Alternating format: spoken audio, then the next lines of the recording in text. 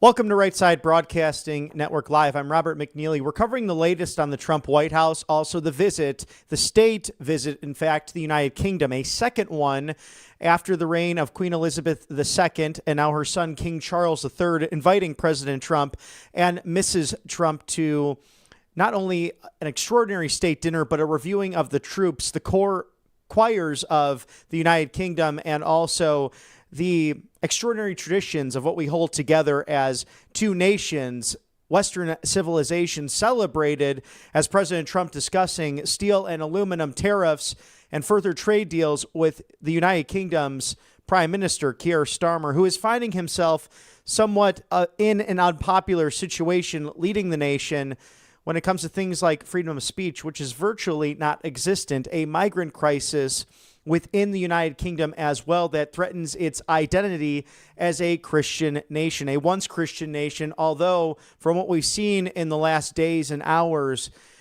the largest peaceful protest in all of the United Kingdom's history celebrating our friend, the late, great Charlie Kirk of Turning Point USA. Vice President J.D. Vance in Michigan as well to share the successes of the One Big Beautiful Bill. As we've seen in the Peach State of Georgia and throughout the country, the manufacturing and the building in America and putting America first, American manufacturing back into the spotlight, whether it's building up Detroit and finally bankrupting Beijing. This administration serious about this versus all that of their living predecessors to sit at 1600 Pennsylvania Avenue. Now, if you were watching earlier, the House Judiciary Committee, led by an extraordinary public servant, Jim Jordan of the Buckeye State of Ohio, Director Kash Patel stating clearly that 1,200 pedophiles have been caught by the Federal Bureau of Investigations, 4,700 children saved from the trafficking that's been taking place in this country, a disgusting practice, and 23,000 violent offenders taken off the streets of America thanks to this Trump FBI, a Federal Bureau of Investigations led by a director who allows police officers simply to be cops, as he's put it many times. Let cops be cops, watch what happens, as they have apprehended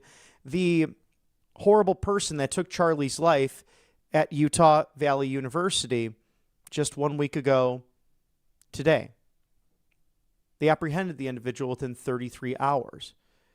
And as some has been released based on that specific issue, and as the investigation continues to happen, we have Brett Gillespie, the Field Enterprise Legacy Director of Turning Point Action. Thank you so much, Brett. From the RSBN family to the Turning Point Action and Turning Point USA and the Charlie Kirk Show family, our deepest condolences. It's been a painful week for me, and I'm sure it's been difficult for all of you there at Turning Point and its many projects, but at the same time, my tears have turned to absolute smiles and joy knowing this Charlie Kirk effect has been such an influence on countless millions. Yeah, it really has, Bobby. And first of all, thank you for having me on. It's especially an impactful moment for me because, and you know this, you were one of the first people I ever met at tvOS when I started with Turning Point Action in its super early days, some 6 years ago. It's been a really tough week for our team, but I'll tell you, there have been so many amazing and Christ-like people that have reached out from all four corners of the world. I just got a message from somebody in South Africa that have just given us an outpouring of love and support and so many kind words, and it's really gotten our team through some tough days. And we saw Charlie recently in South Korea, and really that Douglas MacArthur statue. Charlie goes into those legendary Americans, that status. For me, watching it from the beginning, as you mentioned, Brett, he was really focused on free enterprise, free speech. Also, that this nation was the greatest civilization ever created because 56 men stood up and said, no, this is the red line. You will not cross it. And we will take every aspect of the history of the world and construct this into a constitutional republic which acknowledges that rights come from God. And without a Bible-believing, God-fearing people, this experiment could not work, and the influence it's had on the world. So awe-inspiring to watch Korean audiences celebrate Charlie as he walked out, and he said, wait, are they introducing me right now? This is great. And they were just, the countless cheers, really heartwarming to watch these videos. Yeah, it's really incredible, just the scope of influence that he had, the many lives that he touched. And, I think our team always knew that he was big.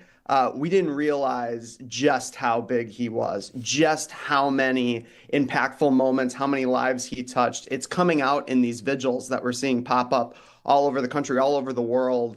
I would argue that there's nobody else that we're ever going to see again on this earth who's going to be able to deliver that message, some of those concepts that you were talking about, faith-filled freedom ideologies, in the same way that Charlie did, in an empathetic, in a relatable, in a prophet kind of way. I think he's about the closest as we're ever going to see to a prophet in this lifetime. It's been an incredible privilege to work for him. He really took on that mantle of America's pastor, something that we saw Billy Graham do, the venerable Fulton Sheen. And going through those actual quotes, I'm shocked at how closely linked the ideas of the founding principles to natural law and order, something that, I mean, you could go back to Pontius Pilate with his conversation with Jesus, in the sense that what is truth? He's trying to understand what Jesus Christ, our Lord and Savior, is talking about in that moment. And Charlie took that message of hope and peace and love onto hostile places in this country, which sadly can be the college campus. Yeah, and he had a special way to relate to a demographic that desperately needed it. He was the voice of a generation. He provided hope and light to a generation that really experiences probably the biggest struggles that you've seen politically out of a generation in the last 100 years. I'm an example of someone like that. I was first drawn to Charlie after my experience at Marquette University in Milwaukee, where I was afraid to speak up. I sat in the back of all of my classes. I didn't tell anyone that I was a conservative because I didn't want to be labeled the class misogynist, the class homophobe, the class fascist, everything that they were calling Charlie at that time and still call Charlie. I didn't want to be that person on a college campus. And it was the way that Charlie delivered that message of the conservative cause that helped me realize after I graduated, unfortunately, but fortunately, getting the opportunity to work for him and advancing that. But I realized that there were far more faith-filled conservatives on the American college campus than I could have ever imagined. We just all were keeping our mouth shut, and we were desperately looking for that voice to help us realize that our opinions do matter.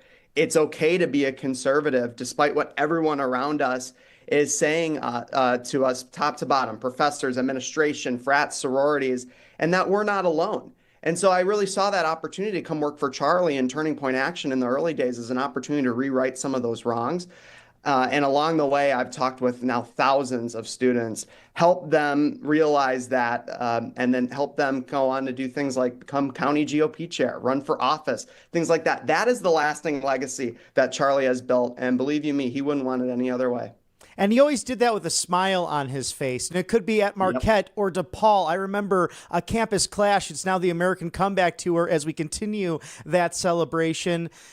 Both schools completely canceled him. They said, go somewhere else. This is private property. And as a practicing Catholic and someone who grew up in the Chicago area, it was mind-boggling to me. And I would tell the people, especially the adults in the room, which they didn't act like adults compared to the students at times, but be that as it may, I made sure to allow the people in all of those surrounding dioceses, from Milwaukee to Chicago to the suburbs, that, hey, it's the Catholic Church at times, not necessarily the leadership, but powers that be at these schools that are actually silencing our friend Charlie Kirk, our movement, and going against the church, against religious liberty, against natural law, in favor of communism, Islamist thought, to secular globalism.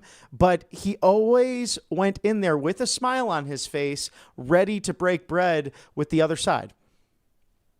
Yeah, yeah. And I look back, to the images of of September 10th. And I don't want people to remember Charlie by those images. I want people to remember him by those images of November 5th, 2024, the countless videos online where he talks about his courage and his faith.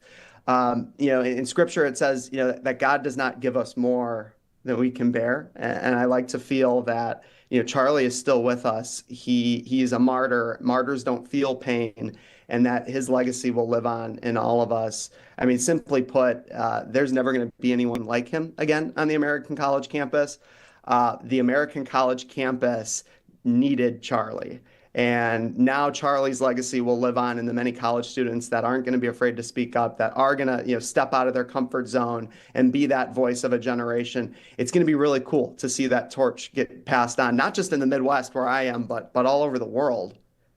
I'm thrilled by what will happen and what has already happened in this last week, although so profoundly sad to not see our friend again on this side of heaven, but we believe he's more alive than ever. And I really enjoyed, I think of so many tribute videos now, and I find myself, Brett, I watch in the morning the Turning Point USA video honoring his life, extraordinary, but also someone put together the AI video of him with Paul and Stephen and Peter and Andrew. And when I initially saw it, I broke down in tears. And now I watch it every day and I simply smile because he truly is more alive than ever. He is. And the left has no idea what they've done. They tried to silence him, the ultimate way of silencing him, but instead they've awakened a movement. I mean, together we're all going to fight for Charlie. It's incredible. Bobby, I'd love to talk about some of the outpouring of support and signups that our organization has had over the last 5 days for those that might be concerned about the direction of the Turning Point ecosystem. Just in the last 5 days, we've had a little over 50,000 students sign up with us to start a Turning Point USA chapter at their high school or their college campus. America Fest usually has somewhere between 15 to 20,000 people. We've had over 50,000 people sign up to attend America Fest. I have 2,000 job applications in my inbox right now. I mean, this movement is just going to grow in ways that we aren't even understanding of yet. And it's because of the legacy that Charlie left on this earth and built for years to come. This was more than just one person. This was a movement. Every life that he touched is now going to be awakened in a way that we just can't imagine at this point. And so really that's my ask, and that's Charlie's ask going forward, is that for those watching here that haven't been involved in the Turning Point realm yet, or have young people in your lives that are just as passionate as you are, it's up to you to be those voices to help them take that leap of faith and get on board. It's up to us to activate them. And that's what we'd love to do. It's just going to be incredible over the next 3 to 6 months to see where we go from here. Oh, Brett, thank you for sharing. Those are extraordinary numbers, and it makes me smile and my heart warm to hear that happening. Now, how can people perhaps support financially as well if they cannot necessarily be on the campus right now, but they'd like to pour their financial support into what is an extraordinary movement? Absolutely. So we have so many different projects, so many different departments in the Turning Point ecosystem. I'll focus on both tvOS.com and then the organization that I'm in leadership of, Turning Point Action, the C4, the political arm, the arm that you see out knocking doors and kind of activating that next generation of Republican leadership. TPUSA.com is where you can sign up to get involved in a chapter. If you're a student, if you're a young person that wants to get involved in that movement and get that open dialogue going on college campuses or in your high school hallways. If you really want to take things off campus and help and make sure that we're electing officials that'll make sure something like this never happens again, that'll carry on Charlie's legacy in government, tpaction.com/get involved is where you can do that. And that's where we've had somewhere in the ballpark of 30,000 people sign up with us to knock doors with us next year via our Turning Point Action channels. tpaction.com/donate is where, for those who feel called to give financially to our organization, they may. You wouldn't believe the amount of checks that are being dropped off at our office here in Wisconsin. It's just incredible to see that outpouring of support, both financially and from a sweat equity standpoint. And otherwise, beyond that, we have an extensive social media presence. I myself am on Twitter, Instagram, Facebook. On Twitter, I'm on X at @bgals, WI. And you can find most of our team on X there as well. Tyler Boyer and Charlie's obviously legacy page, Lacey Nagao from our Chase the Vote program. We're constantly updating everyone on what we're up to, and we'll gladly take a DM from someone who wants to get involved. That's very exciting to see, and it's a very responsive team. There's no question about that. And Brett, not to be premature or get ahead on what we're looking at in 2026 and 2028, do you feel from your work that you will have more millennial and Gen Z voices pursuing public office, not only as a result of this, but we've definitely seen a paradigm shift as both of these generational labels of millennial and Gen Zers becoming some of the largest in the entire ethos and electorate in American politics? Yeah, 100%. So my life is always going to be separated into two parts: everything before September 10th, 2025, and everything after September 10th, 2025. Before September 10th, we had a great bench that we were building of young, bright activists that are stepping into Republican Party leadership, governmental office. Since September 10th, that has just force multiplied on a whole new level. I can give you an example, Bobby. After I got done speaking at the Waukesha, Wisconsin vigil last night, this woman shoves her cell phone in my face and she goes, "This is my 19-year-old nephew, Jacob. He wants to run for office. He's inspired to run for city council in northern Wisconsin. You got to talk to him right now." And I get on the phone and I start talking with Jacob. And he's fired up like he's never been before. And I can imagine that that's happening in tons of households nationwide. And it really epitomizes like the amount of signups that we've had. It really comes out via that. You're going to see a generation who has now become the largest make or break voting bloc in statewide or national elections now get involved and really take our for lack of a better term, like our society, to the next level. It's more than just joining the GOP. It's more than just joining the movement. It's leading it at this point. And you have a generation that was raised by mostly Reagan era conservatives, Gen Z, and they have those faith-filled conservative values in them. And now it's just time to activate that. And I know that that's gonna happen in ways that we never thought were imaginable. And are we not designed as a country where our founders were so wise that they knew from local to state to federal politics that they wanted the American electorate to have certain levels of powers, but especially within their communities? Even those who argued, let's just say, for the benefit of the doubt or playing devil's advocate, even the late, great Alexander Hamilton, who wanted that strong centralized government, I would argue, based on the Federalist Papers, that it became too bloated, it became too large over the course of, let's say, the post-World War II modern era. But our founders had that enshrined in the Constitution and these documents that you could actually go back to your community and make the biggest, the most massive difference, arguably. And for these young people, 18 to 21, a lot of times you can run for school board, you can run for city councils, and it's generally nonpartisan throughout the country. But we look at these founders as, oh, they were much older, or they're wearing their wigs, the customary outfits of the time. Many of them were in their late teenage years, early 20s when they did all this. Isn't that incredible to think about? So many really prominent elected officials, their very first position in politics was that they walked into their local Republican Party office and signed up to be a precinct committeeman. And that's kind of at the base level of things. That's really what we push on this generation. That's how this generation can really have a voice and influence in the future of not only our party, but government as a whole. We firmly believe at Turning Point Action that battles for America aren't won in Washington, D.C., they're won in your backyard. And that's a message that really resonates with Gen Z, a generation that desperately craves authenticity and genuinity. And they get that out of that. And they see an opportunity like running for office as a way to advance that. Mix that in with the fact that our founding fathers were our age when they were building our country.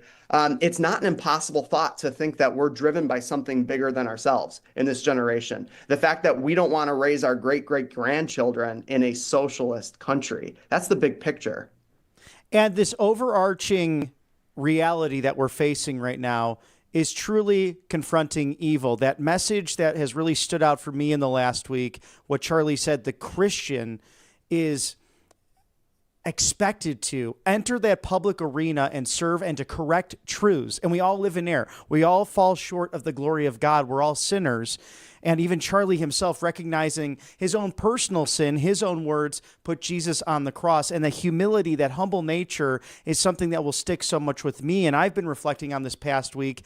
How can I do better? How can I live more simply in the sense of how can I on a daily basis make the people around me better because I lived just like Charlie did. And it's an inspiration I take into not only here at work, but in my life as a whole. How can people look now towards the future and truly enter into politics? Because I think this is the thing, Brett. A lot of people of faith said, we know how this world is going. We're not of the world, but we're in the world. So I should get away from American politics. But I think the opposite is true. We should engage the public sphere because God has granted us this extraordinary blessing with this constitutional republic.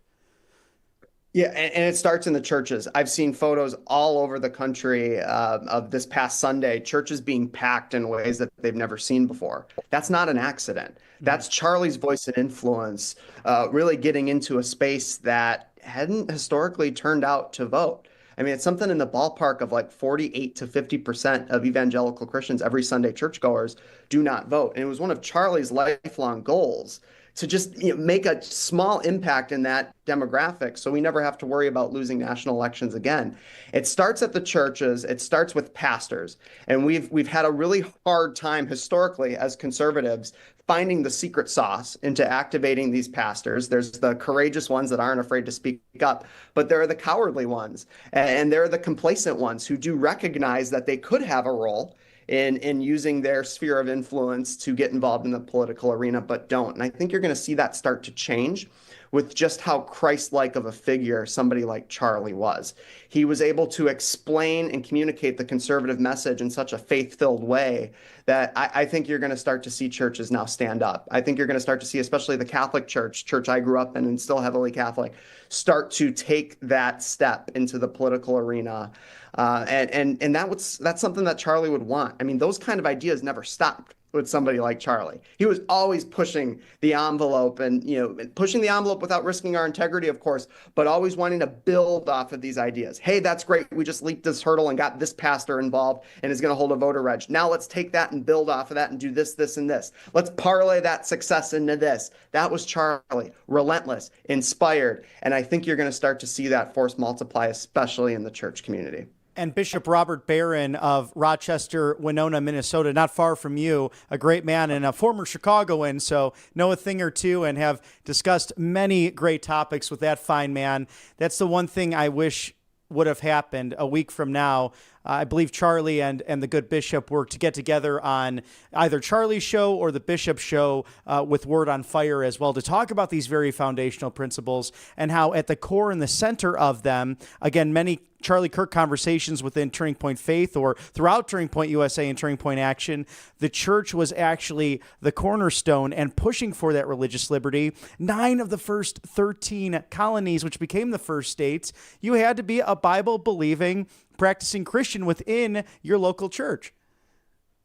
Oh man, yeah, and that's something I think that especially among young people who did grow up in faith-filled conservative value households, they're seeing it more so than any other generation before them. We're in a kind of a generational window of opportunity right now where this generation is beginning to have kids, they're beginning to get married, they're beginning to start families, and I cannot wait. And I know Charlie is just going to have the biggest smile on his face when he sees the fruits of his labor come to fruition over the next 10 years.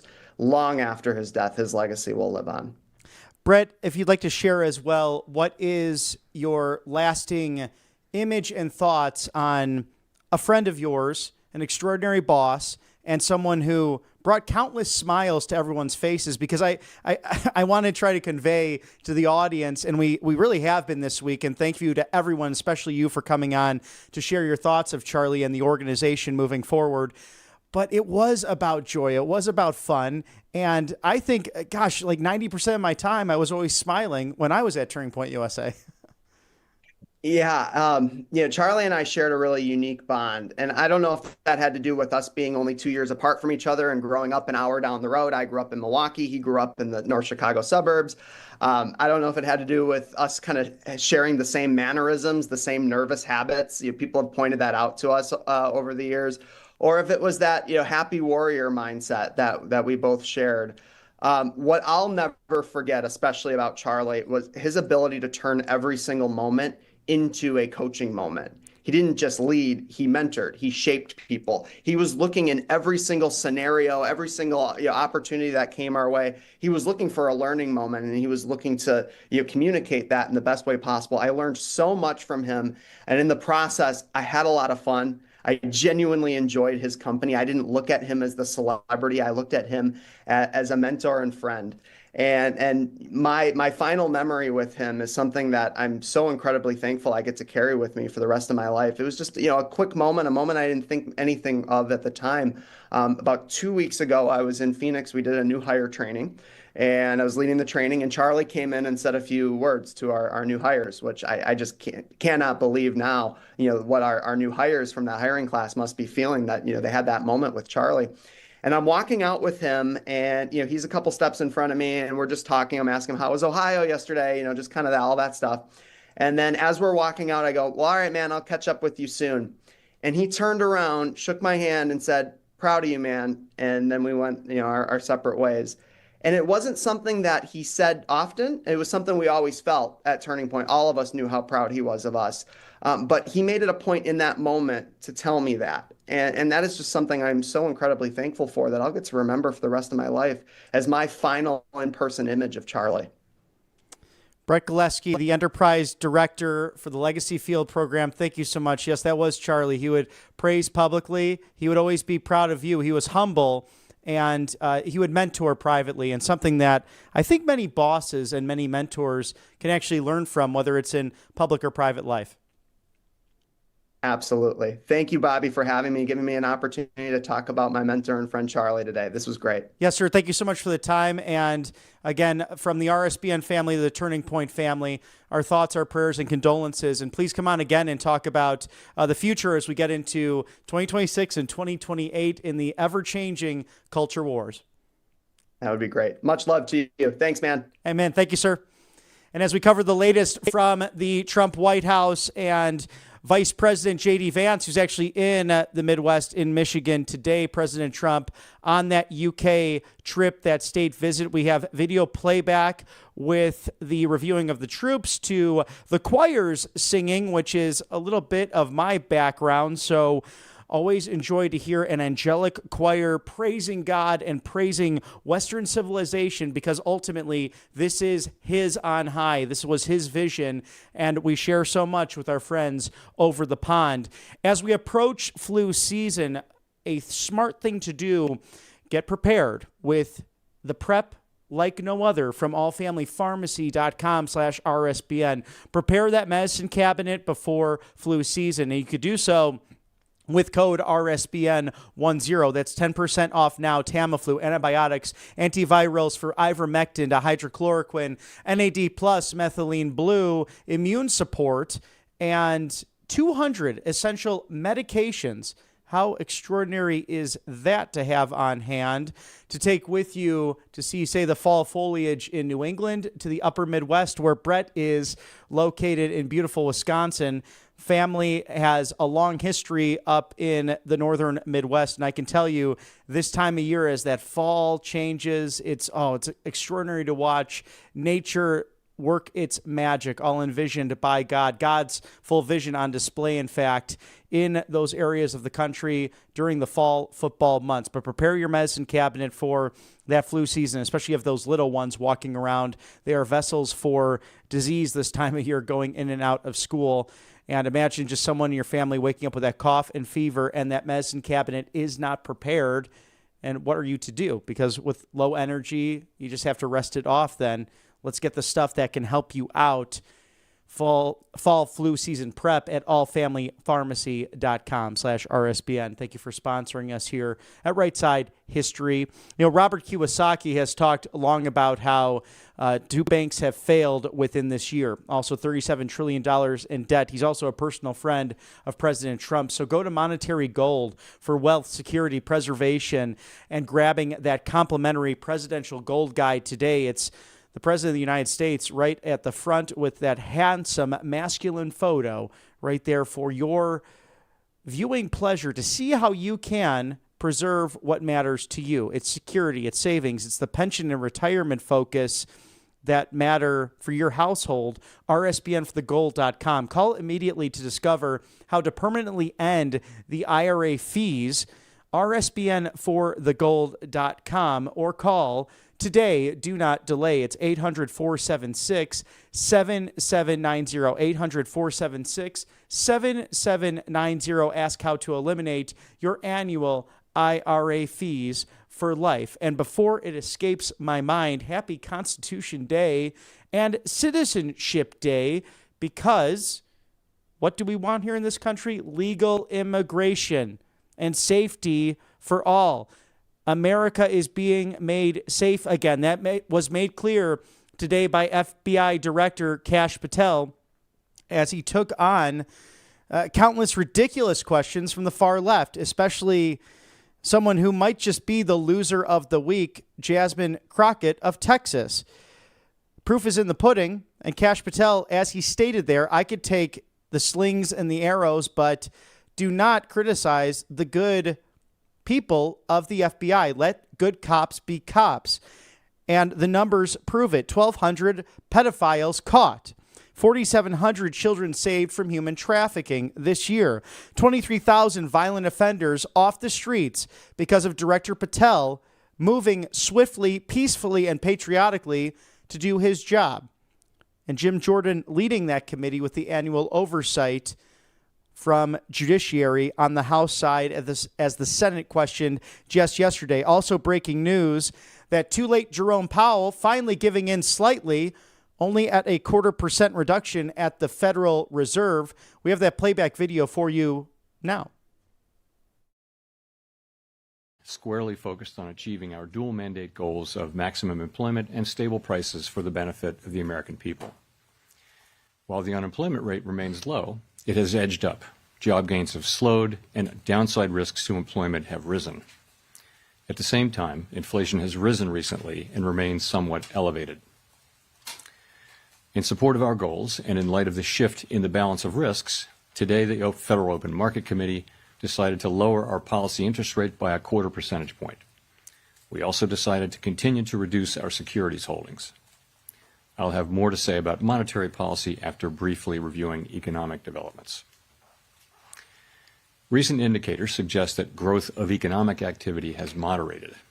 GDP rose at a pace of around 1.5% in the first half of the year, down from 2.5% last year. The moderation in growth largely reflects a slowdown in consumer spending. In contrast, business investment in equipment and intangibles has picked up from last year's pace. Activity in the housing sector remains weak. In our summary of economic projections, the median participant projects GDP to rise 1.6% this year and 1.8% next year, a touch stronger than projected in June. In the labor market, the unemployment rate edged up to 4.3% in August, but remains little changed over the past year at a relatively low level. Payroll job gains have slowed significantly to a pace of just 29,000 per month over the past 3 months.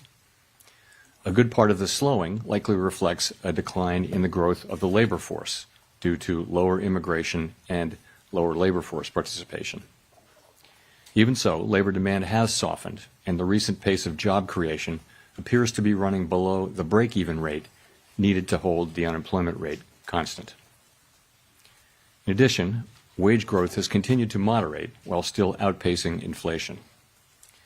Overall, the marked slowing in both the supply of and demand for workers is unusual.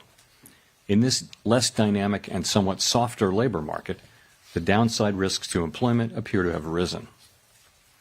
In our SEP, the median projection for the unemployment rate is 4.5% at the end of this year and edges down thereafter.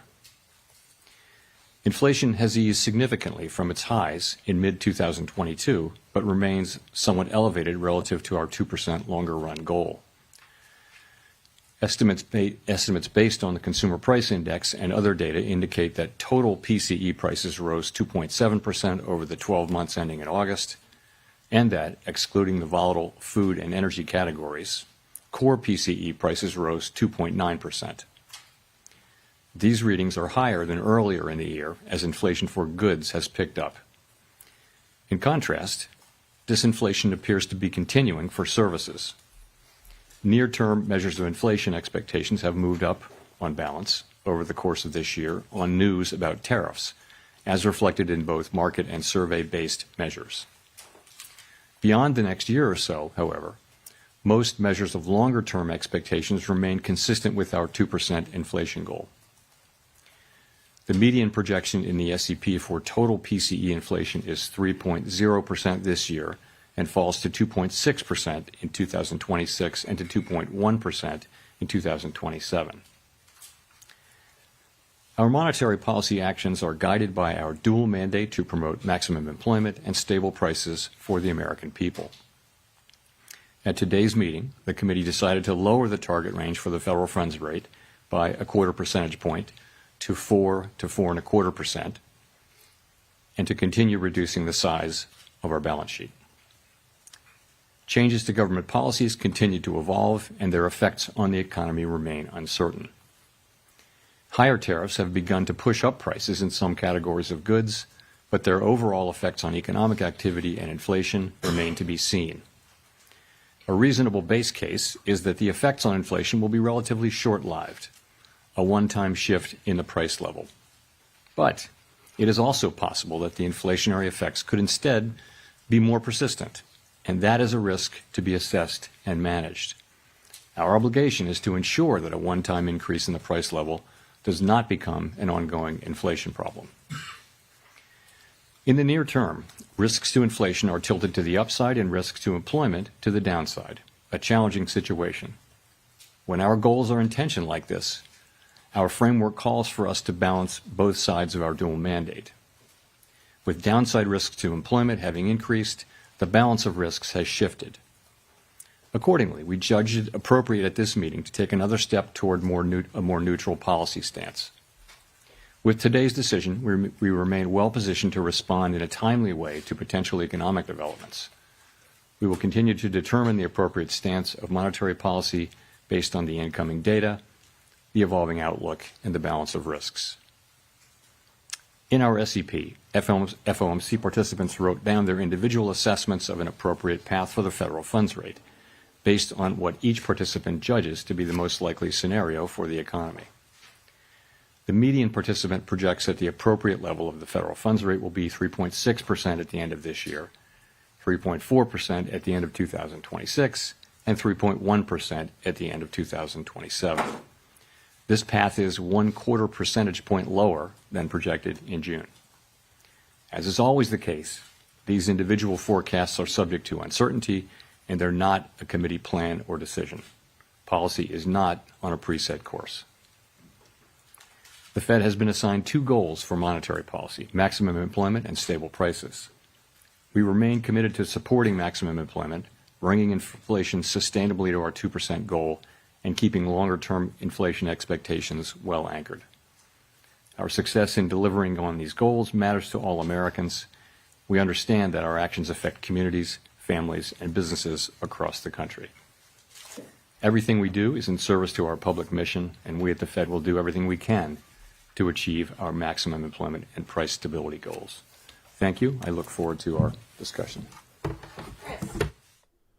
Who needs Ambien when too late Jerome Powell gives a long, drawn-out, ridiculous speech as such? The White House just releasing the fact that mortgage rates going down in this country. They fall to a 3-year low. Mortgage rates have fallen to their lowest levels in 3 years, making the third straight week of declines as President Trump continues to make good on that promise to lower those costs for the American people. And this comes from CNBC specifically. Mortgage rates dropping sharply on Tuesday as investors in mortgage-backed bonds seem to buy in ahead of a widely expected rate cut by the Federal Reserve. Now, the average rate on the 30-year fixed mortgage dropped 12 basis points from Monday to 6.13%, according to Mortgage Daily News. That is the lowest since late 2022. Our Federal Board of Governors should recognize as such if they're such experts. Thank you to covepure.com/RSBN $200 off this reverse osmosis machine, which is truly the best in the business. You could see it there, how aptly fits beautifully on the kitchen counter in the office den, or maybe perhaps that man cave for college football Saturdays and the pros on Sundays. Because when you wake up, not only should you say a prayer of thanks for another day, another gift from God, but also to hydrate that body of yours immediately. And why not do it with clear water technology with covepure.com/RSBN. The clear water technology removes 99.9% of impurities in the water. Did you know that Utah and Florida removing fluoride, pesticides, agricultural runoff from the water with new legislation? In fact, when people take their antibiotics to vitamins and hormone blockers like birth control, not all of it gets absorbed in the body. They then use the restroom, and that runoff going through water treatment facilities does not catch 100% of what might be in the water. So if you're drinking straight from the tap, or your child is, JAMA pediatricians, in fact, doing a study that children who drink regularly from the tap might end up with 2 or less points in IQ as a result. So don't do that to your family. Drink pure, live pure. Don't get that runoff from medications or even vitamins or hormone blockers like birth control that you don't need. Just doesn't make a lot of sense for the health of the nation. And Secretary of Health and Human Services Robert Kennedy Jr. vindicated in his work against big corporations and the government to make America healthy again, and to preach that message that all of us deserve that pure, clean water. It's covepure.com/RSBN. Get $200 off now. As you can see, very easy to use, no larger than your coffee maker. covepure.com/RSBN. Thank you to Tax Network USA, tnusa.com/RSBN. Settle the back taxes today. Protect yourself from the IRS. Call today. Don't delay. 800-357-1415, because we know the AutoPen put in a lot of new IRS agents. In fact, over 80,000. That is 80K, 80,000. Think about that. Many of them President Trump has initiated to help on the southern border. But regardless, these patriots, many of whom worked for the IRS at one point, simply know how to help you in case you started the business this year and there's a backlog of paperwork, of credit card debt, whatever it might be that stopped you from filing those taxes. Make sure to visit tnusa.com, 800-357-1415. Settle those back taxes today, as we are getting close to 3:45 on the East Coast, 12:45 on the Golden West Coast. Vice President J.D. Vance is in the Wolverine state of Michigan talking about the success of the One Big Beautiful Bill. He's had a big week, as we have here at the network, covering the latest from the Trump White House and an ever-changing world around us. Let's see what the vice president has to say in Michigan.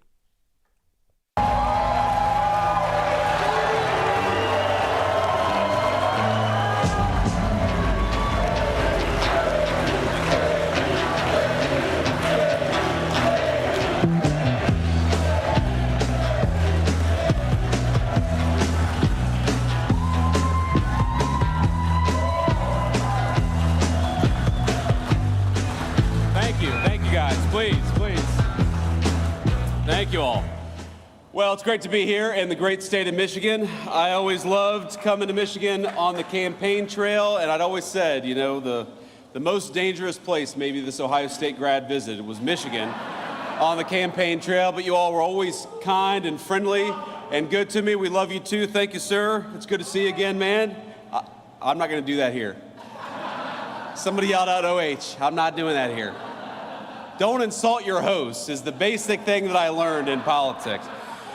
Let me just say a few things, a few words of gratitude. First of all, you guys are lucky to have a great congressman who fights for working people in the state of Michigan. Tom Barrett, where are you, Tom? Thank you so much for what you do.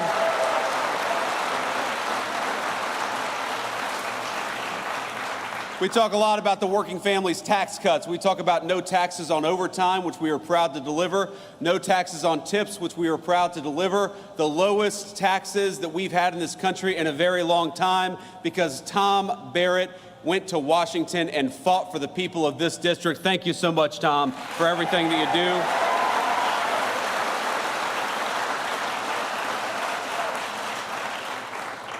I want to thank, of course, the leadership of this great American manufacturer. Hatch was founded in 1952 by two brothers. Where are we at here? Where's the leadership of Hatch at? Thank you, guys. Stand up. Come on. Let's give them a round of applause.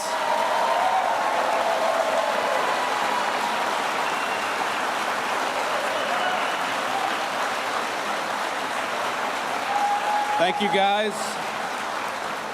I got a little tour with Daniel Craig and Wally earlier today. Thank you guys so much. I'm not going to try to pronounce your last name, Wally. I don't want to insult you or look like an idiot in front of the TV cameras, but you guys, this is a great facility. So it started, of course, manufacturing parts for M1 rifles for the American warfighter, and now it manufactures all kinds of automotive components that we rely on each and every single day.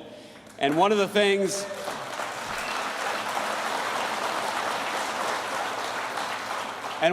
they told me is that business got maybe a little tough, a little uncertain when they had a president of the United States who was obsessed with telling everybody to drive an electric vehicle, because too many of those electric vehicle components were not made in America. But now that we are leaning in to great American-made automobiles, Hatch is doing better, the American auto worker is doing better, and President Trump and I are proud to fight for you each and every single day.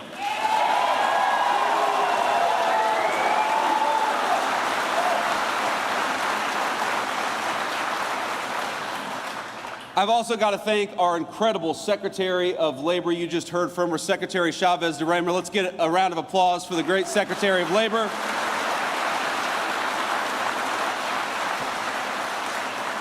Now, she is a very, very interesting person. She has got a great career. She had a great career in Congress, but I have never met anybody on either the Republican Party or the Democrat Party who is more obsessed with fighting for American workers every single day. She wants our workers to have the best training. She wants our workers to have the best benefits. She wants our workers to have the highest wages. And thanks to her work, we're getting closer every single day to being the most pro-worker administration in the history of the United States of America. So thank you, Madam Secretary.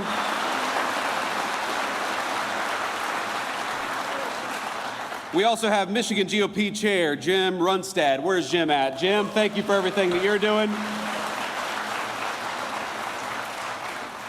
Now, Jim did such a good job during the last election in 2024 that the previous GOP chair, Pete Heckstra, is now our ambassador to Canada. So if you do a really good job, man, you might just get a promotion. Who knows? But he's doing a great job here in Michigan, and we're going to fight with him for the next couple of years to make sure that we're electing candidates who actually serve the interests of Michiganders and serve the interests of the American worker, and that's what we're here for, and we'll never forget it. So I want to say just one thing about my friend Charlie Kirk. I want to talk about Charlie Kirk for a little bit. And the last group I want to have be recognized here is we have got a lot of kids, and I hate to call you kids, but when you're 41 years old, you guys are kids. TPUSA is a great organization founded by my friend Charlie Kirk that takes the message of free speech and conservative values all over our college campuses here in the state of Michigan and elsewhere. And we've got some proud TPUSA folks here. Would you guys stand up and be recognized by the crowd? We love you.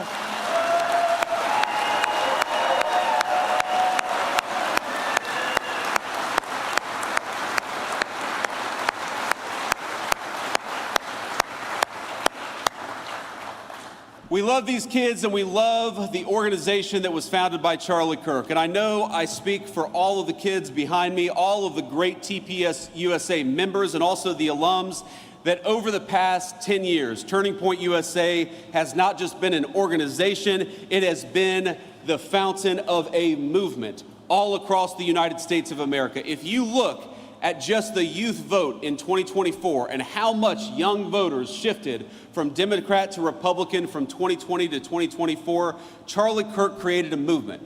And that movement made Donald J. Trump the President of the United States, and it made me the Vice President of the United States. I would not be here without Charlie.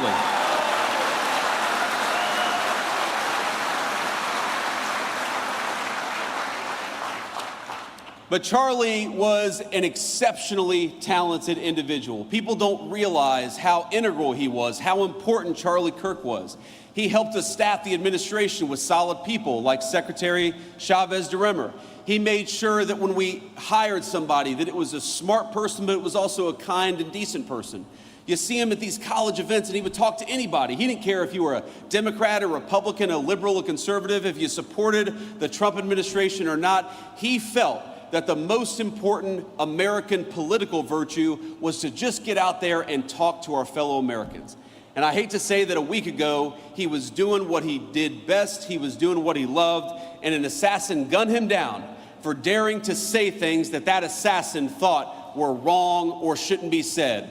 Well, I think I speak for every person in this room, and I think I speak for a majority of our fellow Americans when I say we do not attack or commit violence against people because we disagree with their ideas. We debate ideas, and we're going to keep on debating them in honor of the great Charlie Kirk for as long as I have a microphone.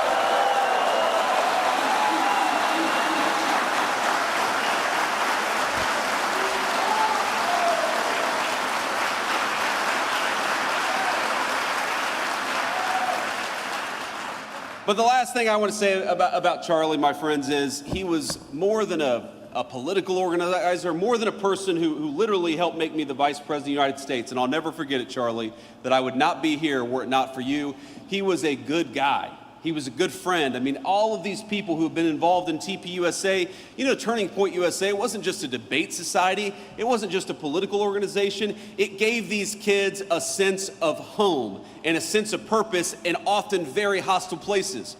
If you were a young conservative or you were a young Christian and you were worried that a professor might give you a bad grade for being who you were, Charlie's Turning Point USA gave you a home. If you were worried that you had an idea that was maybe disfavored by your social group, if you were worried that you believed something that was just a little too controversial for a college campus, Turning Point USA gave you a home, it gave you friends, it gave you moral support, and that is what I think must live on in the wake of Charlie Kirk's death. I have friends who met a husband, a wife, a boyfriend, a girlfriend, who met the best man at their wedding at Turning Points USA because it was an organization of patriots dedicated to making this country the very best country that it could be.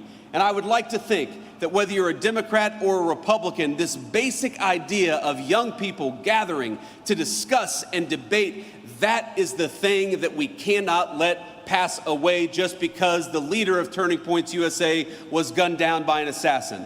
And I want to let you know that whether you're a Democrat or a Republican, whatever your belief is, I will fight for your right to speak your mind. We reject political violence, and we reject the crazy left-wing radicals that gunned down our friend Charlie Kirk. Let's talk to one another and not try to shoot each other down for disagreeing.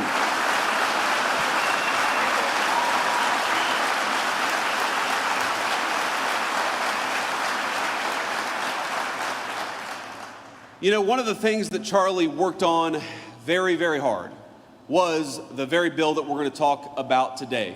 I remember having so many phone conversations, so many text conversations with Charlie about how to make the bill better, about how to do more for working families. Because you know what, Charlie, he believed exactly what I believed and exactly what the President of the United States believed, that we have got to rebuild the American dream, especially for our young people, which is why this big, beautiful bill does so much to bring American manufacturing back to the United States of America.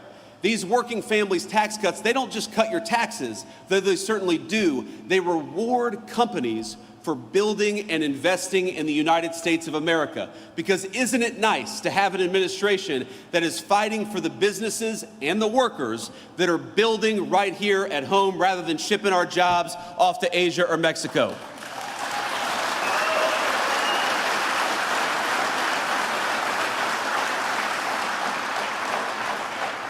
We fought for no taxes on overtime and no taxes on tips because we want you to keep more of your hard-earned money.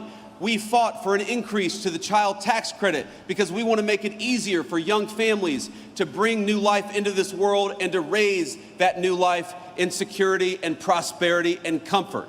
The Working Families Tax Cut is not just a big 1,000-page bill. It is an important part, maybe the most important part, to restarting the American dream in this country. Wouldn't it be nice to have a president, and now we do, who builds in America rather than rewards companies for shipping jobs overseas? Wouldn't it be nice to have an administration that actually gives you more of your hard-earned money rather than taking more of it for hard-earned or for government bureaucrats? Wouldn't it be nice to have an administration that fights for your ability to keep more money in your pocket? Wouldn't it be nice to have an administration that punishes corporations that ship our jobs overseas, but rewards businesses for building right here in the great state of Michigan? That is what we promised to do, and that is what we're doing every single day.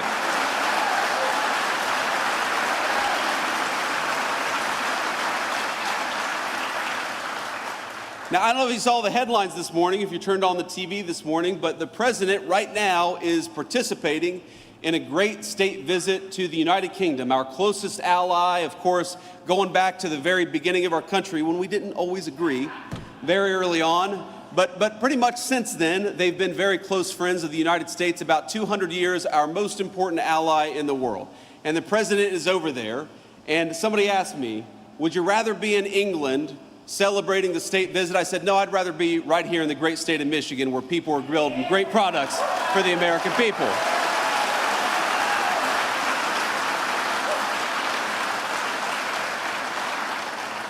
So with all due respect to our great president and all due respect to the King of England, I am so proud to be right here where I am today, with all of you talking about all of the ways in which we can continue to build an America that works for normal Americans again. And that means a lot of things.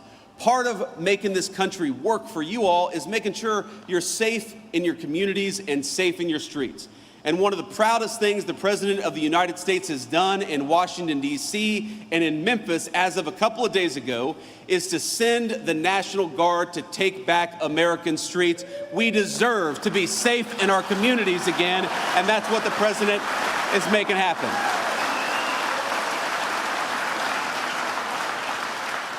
And it's so funny, you go to these places and, you know, the TV cameras, very often the fake news media, all due respect to the fake news. We love them, even when we don't. They show up in these places and they put a microphone or a camera in front of somebody who they assume is a Democratic voter. And they say, what do you think about Donald Trump deploying these people to your city? And every single person says, it's a great idea. I just want to be safe. And we're glad the president is making that happen. So my one message to Governor Gretchen Whitmer here in the state of Michigan is, oh, come on. My one message to Gretchen Whitmer is, look, the city of Detroit we know has got some serious crime problems, and we know that it's the people in Detroit who suffer the most when crime is allowed to run rampant all over city streets. Gretchen, we are happy to send the National Guard to Detroit, Michigan. All you got to do is ask.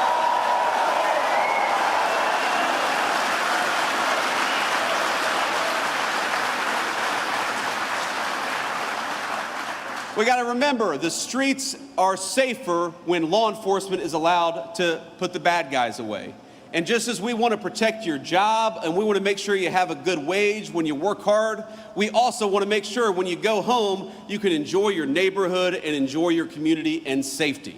You know what else we want to do? We want to make sure that our young people stop dying of this terrible poison, this fentanyl and other drugs that are being brought in by these cartels.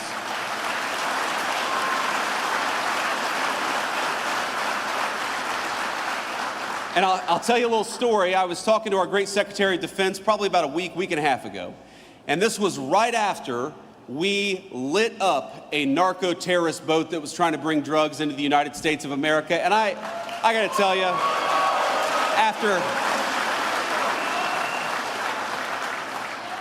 I am a child of the war on terrorism era. I served just as Tom did in our military. I deployed to Iraq.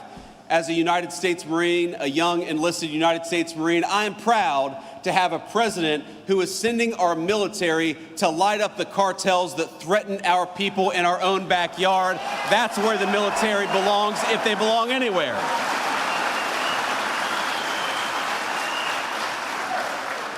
So I was talking to I said Secretary of Defense, but our new Secretary of War, Pete Hegseth. And I was talking to Secretary Hegseth, and you know what he said? He said, you know what, Mr. Vice President, we don't see any of these drug boats coming into our country. They've completely stopped. And I said, I know why. I would stop too. Hell, I wouldn't go fishing right now in that area of the world. But that is what a military that is dedicated to its purpose and a commander-in-chief that is dedicated to the national good can do.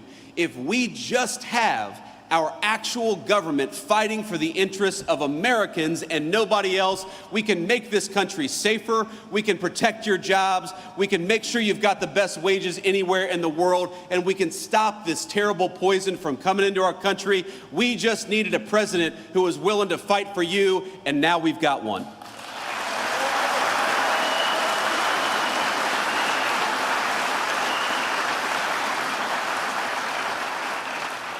So let me leave you with this final thought here. Look, I grew up in a community. You heard Secretary Chavez de Remmer mention this, that I grew up in a community where the American dream seemed to be disappearing, where the jobs were getting shipped overseas, where the factories were closing down. I remember driving around my hometown of Middletown, Ohio, and we'd see some abandoned factory, and my grandfather would tell me what used to happen there, what good jobs used to happen there, what good wages used to provide for families there. And I remember thinking, why is it like this? Why have our leaders ignored us for so long? Why are factories closing instead of opening up? Why are good jobs going to China when American workers deserve good jobs right here at home? And the answer was bad leadership. Just as our leadership chose crime, they also chose to ship your jobs overseas. Just as they chose to send our young men and women to foreign wars all over the world, they refused to stop the cartels that were operating right here in our backyard. And I believe our sacred promise and our sacred duty is to make this country even better for the next generation than it was for the generation that came before. That is why we're doing the things that we're doing. But I want to tell you, I'm never going to forget where I came from. I am never going to forget that I was a little boy who was worried about why the jobs were disappearing. I'm never going to stop fighting for the auto workers to have good jobs right here at home. I'm never going to stop.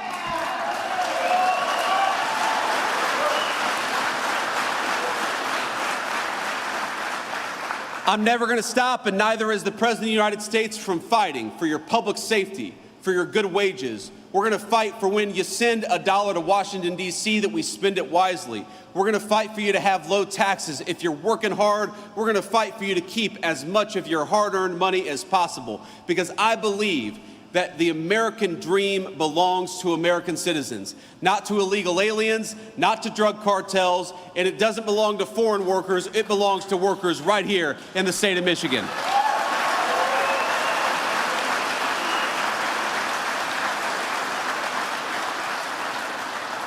So I hope you remember, when you're voting in 2026, you have a choice between somebody who tried to fight for the illegal aliens and somebody who tried to fight against the drug cartels. You've got a choice between somebody who is trying to get good law enforcement officers to be able to do their job and those who demonized our cops and demonized our National Guardsmen.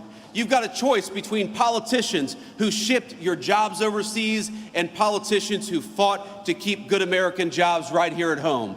Ladies and gentlemen, in November of 2026, we are going to have to make a choice. Let's make it for America, for our workers, and for our families. God bless you all, and thank you for having me.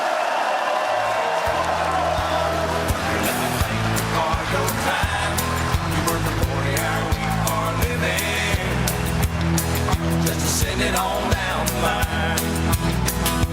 Hello, Pittsburgh, still. Thank you to the Vice President of the United States for a resounding speech in the Wolverine state of Michigan.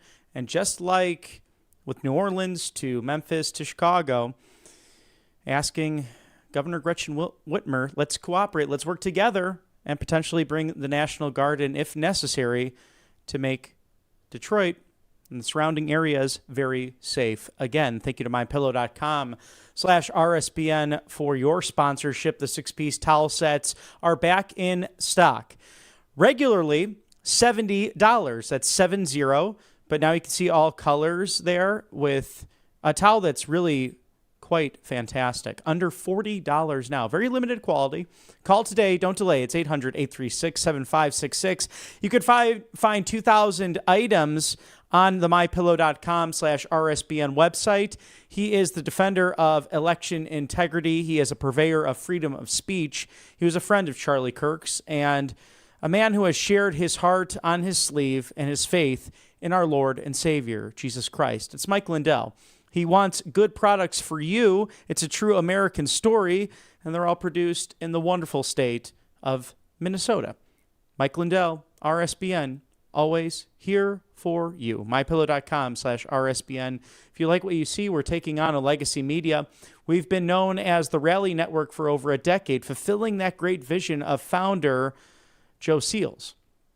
And when the legacy items were not paying attention to President Trump or simply ignoring the rallies taking place, we wanted to talk to you, the American people. And a trip down memory lane with that video of your 45th and 47th president, your 50th vice president, the 119th Congress, and the voters that would stand in line for hours and hours in the heat, in the cold, in order to catch a glimpse and celebrate this American experiment of constitutional governance, of self-reliance and responsibility. It's all here at Right Side Broadcasting Network, and our goal now as a live desk since January is to bring you unbridled access to that government you put into place. No editing of speeches, just the full coverage of them in their entirety so that you can make up your mind. It's not cutting back from, oh, well, no, we'll go to this now because this is somehow more interesting. No, we want you to see everything, whether they're press conferences, to hearings, to what's happening inside and outside the Beltway. You can help us by donating at rsbnetwork.com/donate or by texting RSBN to 801-801. We also have an address at 1550 Opelika Road, Suite 6. That's Box 344. The loveliest village on the plains, Auburn, Alabama, 36830. You can send that check or money order to, once again, 1550 Opelika Road, Suite 6. Box 344, Auburn, Alabama, 36830. And we'll toss now President Trump live in the United Kingdom. Mr. President, Mrs. Trump, it is with great pleasure that my wife and I welcome you to Windsor Castle on this, your second state visit to the United Kingdom. This unique and important occasion reflects the enduring bond between our two great nations, anchored by the deep friendship between our people. This relationship, which, with good reason, we and our predecessors have long called special, has made us safer and stronger through the generations. Our people have fought and died together for the values we hold dear. We have innovated, traded, and created together, fueling our economies and cultures through myriad forms of exchange. We have celebrated together, mourned together, and stood together in the best and worst of times. Mr. President, as we approach the 250th anniversary of the Declaration of Independence next year, it is remarkable to think just how far we have come. I cannot help but wonder what our forebears from 1776 would make of this friendship today. The rebel commander and pioneering first president, George Washington, famously vowed never to set foot on British soil. And my 5 times great-grandfather, King George III, for his part, did not spare his words when he spoke of the revolutionary leaders. Today, however, we celebrate a relationship between our two countries that surely neither Washington nor King George III could possibly have imagined. The ocean may still divide us, but in so many other ways we are now the closest of kin. Mr. President, you have spoken of your pride in your British roots. In fact, not only have you set foot on British soil twice in the last 2 months alone, but I understand that British soil makes for rather splendid golf courses. Now, for my part, I have always admired the ingenuity of the American people and the principles of freedom which your great democracy has represented since its inception. Throughout my life, from the very first visit to the United States in 1970, and over 20 visits since that time, I have cherished the close ties between the British and American people.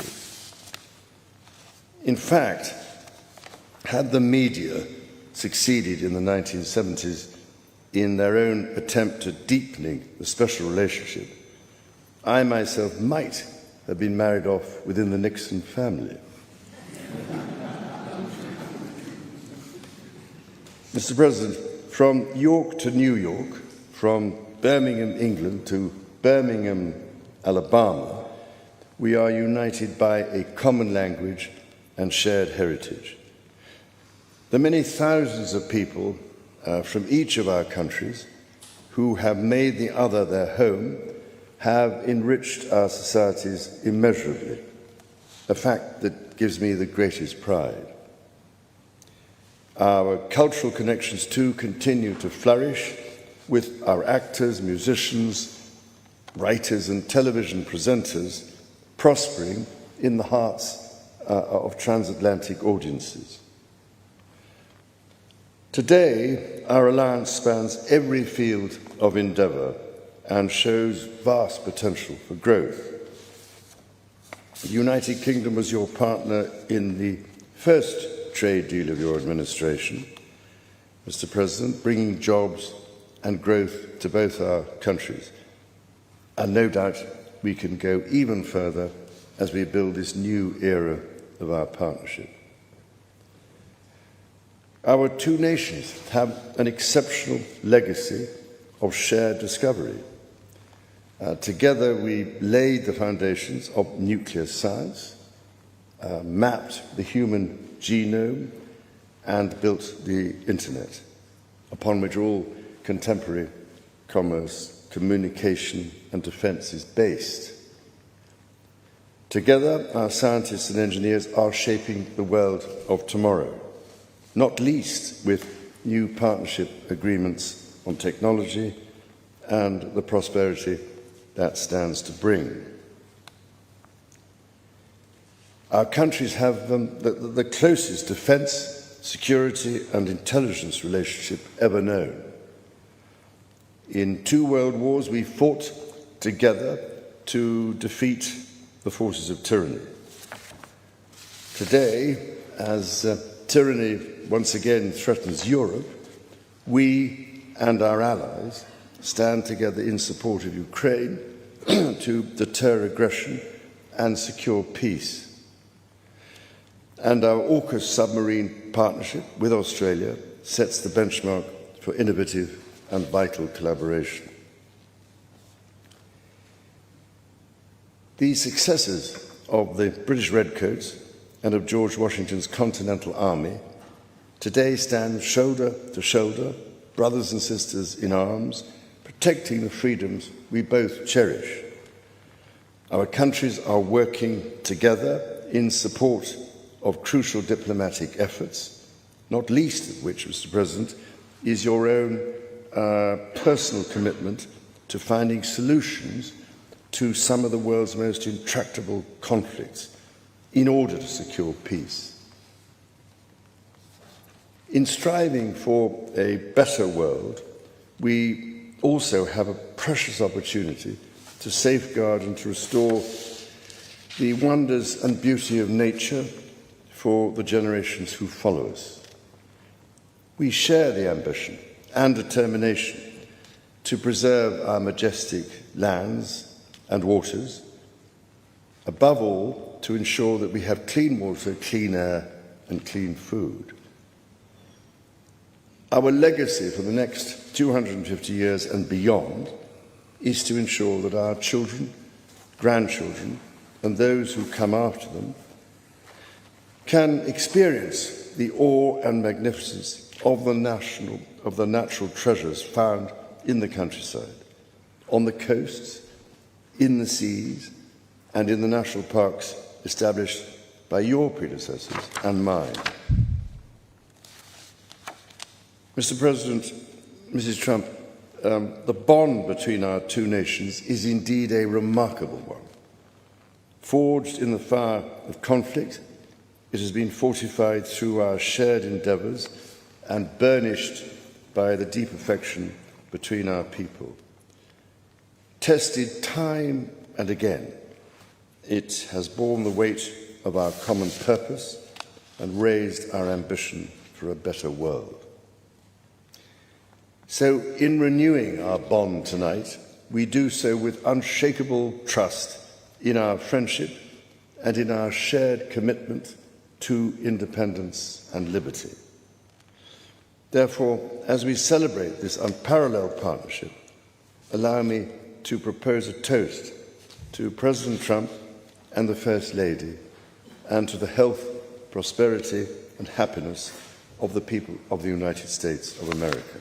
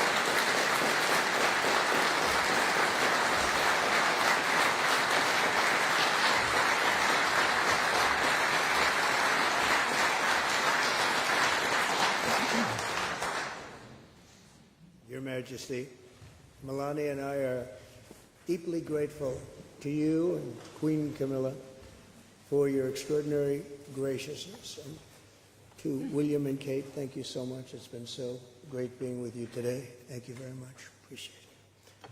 It's a singular privilege to be the first American president welcomed here. And if you think about it, it's a lot of presidents, and this was the second state visit, and that's the first, and maybe that's going to be the last time. I hope it is, actually. But this is truly one of the highest honors of my life. Such respect for you and such respect for your country. For many decades, His Majesty the King has epitomized the fortitude, nobility, and the spirit of the British monarchy and the British people. He's dedicated himself to preserving the glory and unique character of this kingdom, restoring life to the rivers and streams, supporting the works of its artists and composers, planting trees and gardens in its countryside. And I just visited one of the most beautiful I've ever seen that you just completed. and protecting the architectural integrity of cities, villages, and towns. He has uplifted the poor, cared for rural farmers, and tended to wounded veterans like nobody else. I'll tell you that I just stood in line and shook about 150 hands. And the king knew every single person and every single company, and some of them had bad names like XYZ-Q3, and he knew every one of them, or at least I think he did, because nobody was complaining.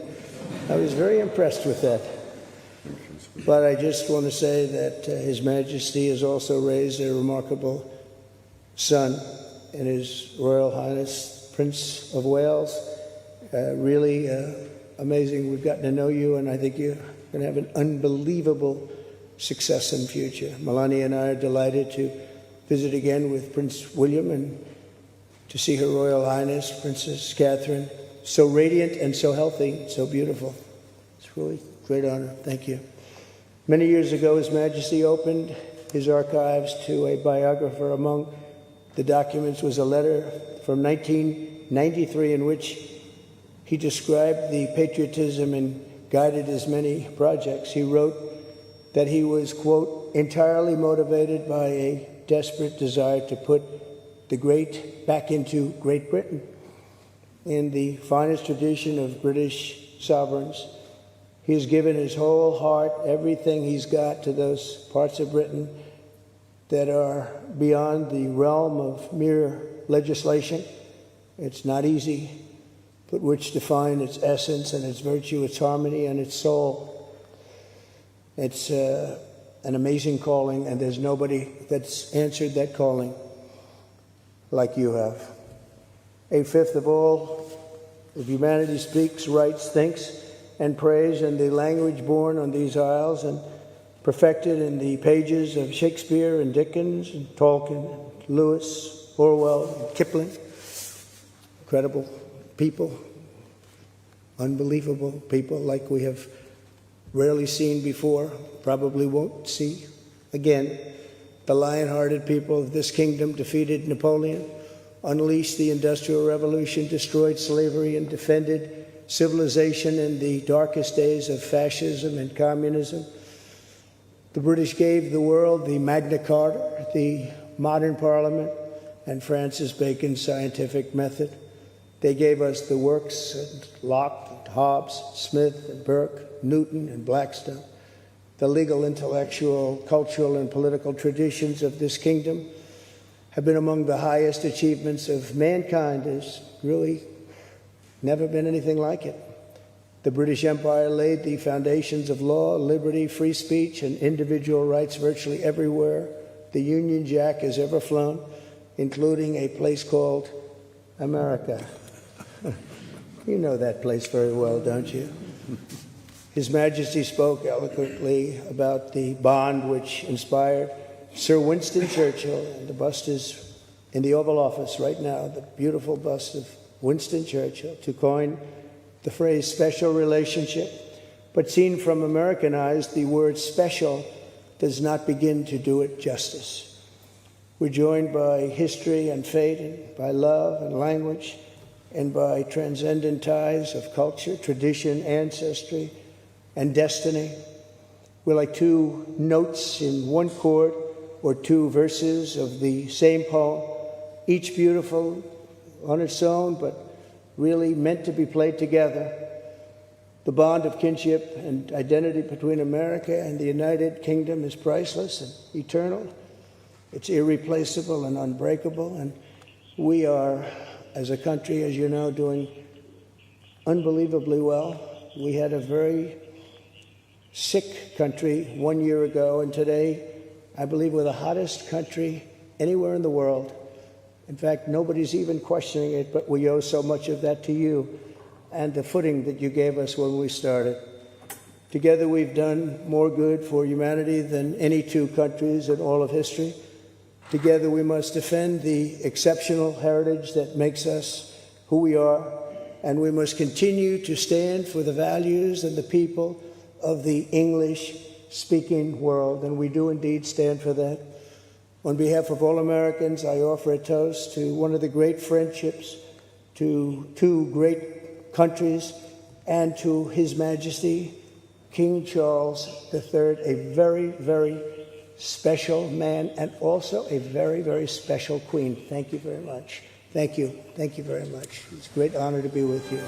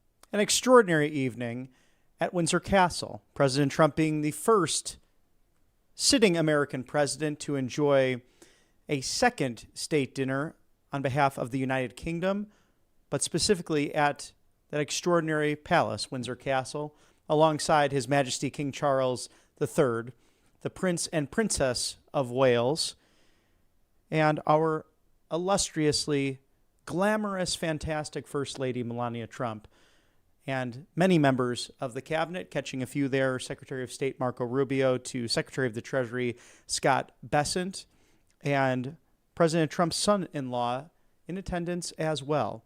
A star-studded event to celebrate the grandeur and Western civilization and our two nations simply across a pond that share so much history together that spans even more than 250 years, as His Majesty King Charles III speaking glowingly of the American Revolution, the Declaration of Independence, and on his 20 foreign trips to the United States soil, reflecting on the fact that his 5 times great-grandfather, King George III, aptly had words for the United States, and as he put it, the rebel commander, the first president of the United States, George Washington, stating that he would never step foot in British soil.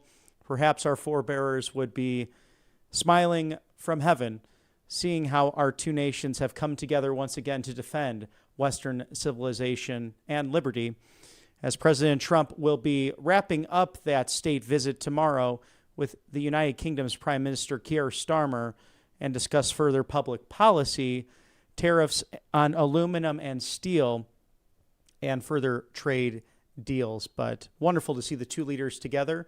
And yes, indeed, from the United States to the United Kingdom, God Save the King, as our national anthem was also played at that state dinner. Thank you to allfamilypharmacy.com/RSBN flu season prep, Tamiflu, antibiotics and antivirals, to ivermectin, hydrochloroquine, immune support. It's all 10% off now with RSBN10. Scan the QR code there, prepare your medicine cabinet for flu season. And it's also 200 essential medications that could save your life when dealing with the change in temperatures. Imagine a family member having that cough or that fever, and especially if you have little ones in the house, they could be vessels for disease, especially when they return to school over the course of the last couple of weeks or even the last month. So be sure to have everything on stock and on hand. And in addition to some chicken noodle soup and the good things that can rest you up in the flu season, fantastic to have the life-saving medications provided by All Family Pharmacy that sometimes other pharmacies simply don't have, either because of big pharma or because they just don't have it in stock. So allfamilypharmacy.com/RSBN, your go-to online pharmacy. It's no red tape, no bureaucracy. Even if you don't have insurance, you can still get these prescription medications in hand 2 to 3 days from your order, if not before. So scan the QR code now, allfamilypharmacy.com/RSBN. Thank you to Monetary Gold, the best in the business for wealth and security preservation. Robert Kiyosaki speaking on this very issue with $37 trillion in debt and inflation, with printed money going hog wild. Then there's the BRICS nations that are trying to usurp the standard of the American dollar, something from post-World War II that has stood the test of time. So what does that mean for you, your savings, your pension, your retirement? Grab that complimentary gold guide right now, 800-476-7790. Call today. Don't delay to find out just how to eliminate those IRA fees permanently. It's rsbnforthegold.com, rsbnforthegold.com, the Presidential Gold Guide. It's complimentary. It's no obligation, but you can find out just how to protect your wealth, your security, your preservation, retirement, pension, assets, all of the above, given the fact that 2 banks have already failed in 2025. Do not let that happen on your watch. RSBNforthegold.com. We had the absolute privilege of speaking with David Schroeder earlier today and recorded that interview for your playback to find out just a little bit more, not only on this great company, but also, again, how to protect your wealth against the powers that might be, regardless of your system of government, who gets elected, or even world events. Smart to find out how to protect that wealth and your retirement. He also had glowing words for our dear friend Charlie Kirk. We'll play that interview for you right now. Welcome back to Right Side Broadcasting Network's live desk. David Schroeder, spokesperson for Monetary Gold. David, we understand that you have some condolences to share in light of the terrible events from the past week. Yes, I do. Thank you for having me. I would like to say, on behalf of Monetary Gold, there's about 40 of us that make up this company. And all of us are grieving and sad about what has taken place. There's a scripture in Psalm 116:15 that says, "Precious in the sight of the Lord is the death of his saints." When I read that one, that word precious means beloved, wanted, desired, unreplaceable, right? And if you remember the movie Gladiator, you see the actor walking through the fields of wheat, his hands through it, the warm breeze, there's a sun, and off in the distance, there's this far wall, right? And inside that, there's a little door. And then we go through the entire movie. And so the gladiator is obviously put to death. His children, his wife and his child is put to death. And then at the end of the movie, it picks it back up again where he's walking through that field and he gets to that door. And then he opens up that door and there's his wife and child to greet him. That's Hollywood's version of heaven, right? When I read that verse, you know what I see? I see, in Luke 16, it talks about the rich man and the poor man. The poor man goes to heaven, Lazarus, and the rich man is now in hell. And it says that Lazarus was taken not by an angel, but by angels up to Abraham's bosom, right?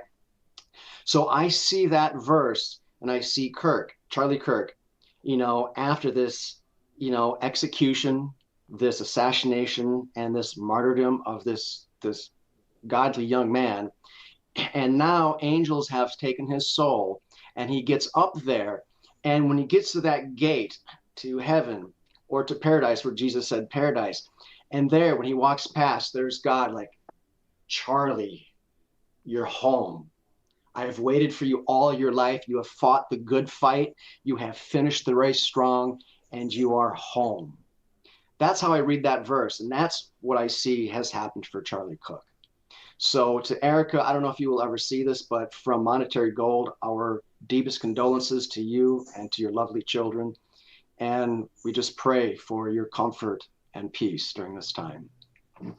David, thank you for such a beautiful reflection of an extraordinary man. And that's my image as well, that he will not grow old and sadly not raise his children and be with his beautiful wife, Erica, at the same time to watch these AI videos, the good sides of AI, and to see with him with Paul and Stephen, Peter and Andrew, the brothers who were with Jesus. What a beautiful moment and a reminder. And you so articulately put that together in an epic film that reminds us that we weren't so different than the Roman people and who we faced at the time. Those faithful and those focused on eternity versus those in power at that moment who are focused on this world. And we saw the end for them versus the end for the virtuous and those who turn to the Almighty. So thank you for an extraordinary reflection. As we've seen on campus here, Auburn University is right here home in Auburn, Alabama,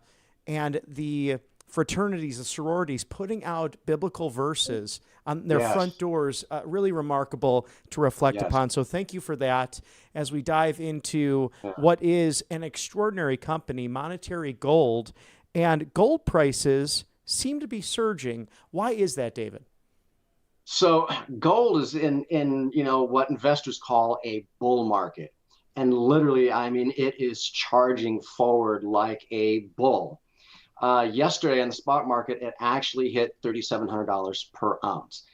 And, now a lot of these economists and banks, they're all coming out and saying, you know what, we expect gold to not only hit $3,800 by the end of the year, but we expect $4,000 by the middle of 2026. They're saying that they expect gold to hit that. And the reason being is, one, the demand for gold and for silver is it's like we've never seen before. Central banks are now depleting themselves of U.S. treasuries, which some economists discussed about last week, that they're now divesting themselves of America's debt because they don't think we can service the debt anymore. And so all of these central banks worldwide are buying gold, and they're not just buying it, they're hoarding it. And so is the Federal Reserve. All of the central banks are buying, and there's just a crazy demand. We've got inflation, we've got U.S. treasuries that are being released from the central banks. We've got, we're expecting, a possible rate cut. So that's kind of exciting, which is making gold go up. Prices still have not come down. The dollar's getting weaker. Bank of America said that since the beginning of the year, the dollar's lost 10.7% of its value. So we see that we've got a weakening dollar, which is good for other countries because a weakening dollar means they have a stronger currency, which means gold is a little bit less expensive for them to buy gold. And so we've got all of these economic pressures on the dollar, and they're all pushing the price of gold up. And speak to that point, please, because President Trump recently, outside of the White House, asked by the White House press pool about the weakened dollar and how that might be bad. But he said, no, if you're focused on the economy and you've studied this as I did, we can use the weak dollar to our advantage, especially in terms of gold and silver. Right. So a weak dollar, that's not my strong suit, discussing how a weak dollar will really help the economy. I know that President Trump has talked about, weakening the dollar somewhat to make it easier for us to buy goods and to sell goods and to help in the tariff wars. So, how that plays out and how that works, really, I think you need to be an economist to really understand how a weakened dollar is good. But I do know that a weakened dollar is good for other economies because gold is less expensive for them to buy because their value, gold is cheaper for them, even though their currency is higher. So, a weakened dollar, it has its pluses and its negatives. I don't know that I'm crazy about a weakened dollar, but I know that he has talked about, doing some things to weaken the dollar to make it better for the U.S. economy.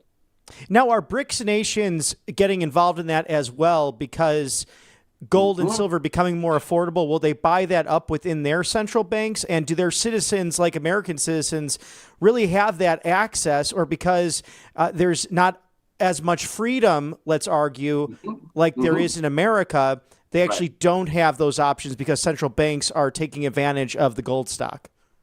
Well, here's something interesting that most people don't know. The BRICS nation currency, when that's released, it's going to be backed by gold. The America, before Donald Trump signed the executive order to say to not have a central bank digital currency, that CBDC, or our digital currency, it will be backed by our debt, whereas the BRICS nations' digital currency will be backed by gold. So that's a big, huge difference. Now, if you look at China's digital currency, they also have a social score attached to their currency. I would expect that many of these BRICS nations, and there's like 140 nations that have lined up waiting to be accepted to be a part of the BRICS nations' digital currency. If that happens, that means we can no longer sanction rogue countries, bad actors. We won't have any control to bring them back into line. But that BRICS currency, when that comes online, all of those nations will stop using the US dollar, which means then it will really devalue and paper assets will take a huge hit. And when I say huge, I'm talking I would expect to see a 2,000 or 3,000 point drop in the stock market, if not more, overnight. So the BRICS nations would play a huge role in destroying and dethroning the dollar. And now reports coming through that as of this meeting with Jerome Powell and the Federal Reserve governors, now it's being reduced roughly by 0.25%. Interesting, because we've seen in the past either a half point, a full point, 2 points. Why that point quarter, I'm not very sure there. Can you elaborate on that? And will that help with the American middle class? I don't think it's going to make a dent. A quarter point is not going to make a dent. It's not going to make a dent in mortgages. It's not going to make a dent in real estate loans. It's not going to make a dent in any type of financial asset or debt instrument. It's not going to make any dent for you and me, the small guys. Now, I was expecting that they would do a half point to a whole point. I think that Jeremy Powell is probably a little battered by President Trump, because he keeps hammering, look, why aren't you doing these things? And look, we have a weak job market, right? All these things that are occurring, the weaknesses in our market, could be bolstered and boosted if we were to reduce the interest rate.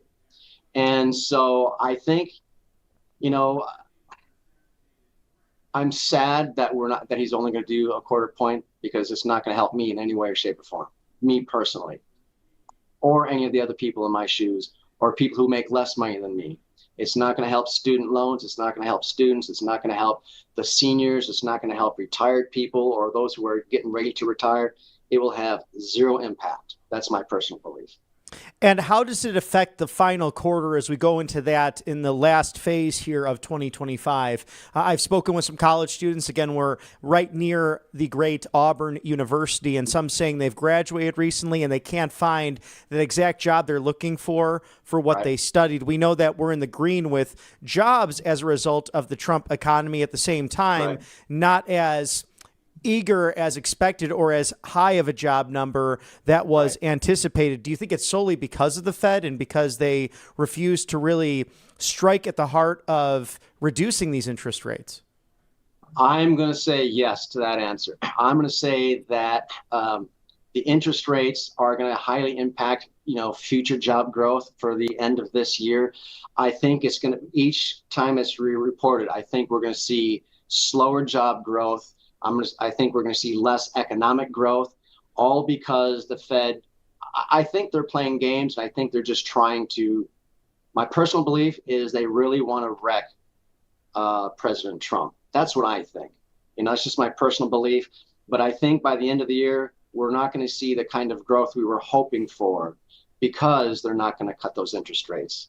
Well, it's really a shame to see that happening with bureaucrats still having some influence and power in the federal city. Now, with strong demand from central banks buying up all this gold, how does an American citizen or an American family really bite back peacefully and patriotically to ensure their savings, their retirement, their pensions, perhaps, if they have public funding, and to make sure that, like you said, overnight, they don't lose all of their hard-earned money because of what's happening internationally?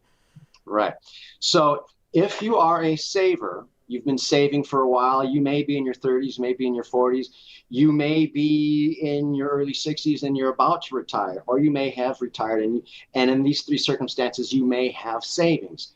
Well, with all of the weakening pressures and the BRICS and inflation and high prices, all of these things that are putting pressure on the dollar, these things, if you were to take some of your paper assets and literally push them over into either gold or silver. Silver is in a crazy bull market too. I mean, it's up to like $43 the last time I looked.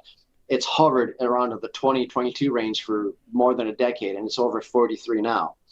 And if you were to take at least a third of your paper assets, take it out of the market, take it out of cash, and put it in something that, one, is growing. Two, it is a hedge of protection against inflation. It's a hedge of protection against a stock market crash, an economic crash, any kind of economic crises. Gold will protect you in all of these situations. So let's say you've got, let's say $100,000, right? Well, B of A said that you've lost 10% of the value of the dollar since the beginning of the year. Okay, so that $100,000 is worth $90,000. Well, let's say you had a third of that in gold or silver. Well, that $10,000 loss might be mitigated by the price of gold, and now you might only be down $3,000 or $4,000, right? So having that gold as protection actually preserved a large chunk of your purchasing power. So I would say, if you're concerned about BRICS, if you are concerned about high interest rates, if you're concerned about inflation, high prices, if you're concerned about the stock market crashing, are you concerned about the debt, $37 trillion of debt, and we're adding $1 trillion every 100 days. If these things scare you and are making you think about, well, what is the future going to look like? Then this is the reason to pick up the phone and call. This is the reason to speak to one of our representatives and say, look, this is what I'm worried about. What can you do to help me? And so here's the thing. No two savers have the same game plan. No two retirees or soon-to-be retirees have the same game plan. Me, I'm trying to save for my children's children. You might just be worried about saving just so that you can live once you retire. Every game plan is different. And so what we do is we come up and help you to figure out what your game plan is. And then we take some of that money and we move it over into hard assets, gold, silver, palladium, platinum, whatever your game plan is. For some people, they just might want growth, right? They just might want to buy low and sell high. But the majority of people, though, they want to save and they want to protect themselves. So if these are concerns, this is why you pick up the phone. This is why you call.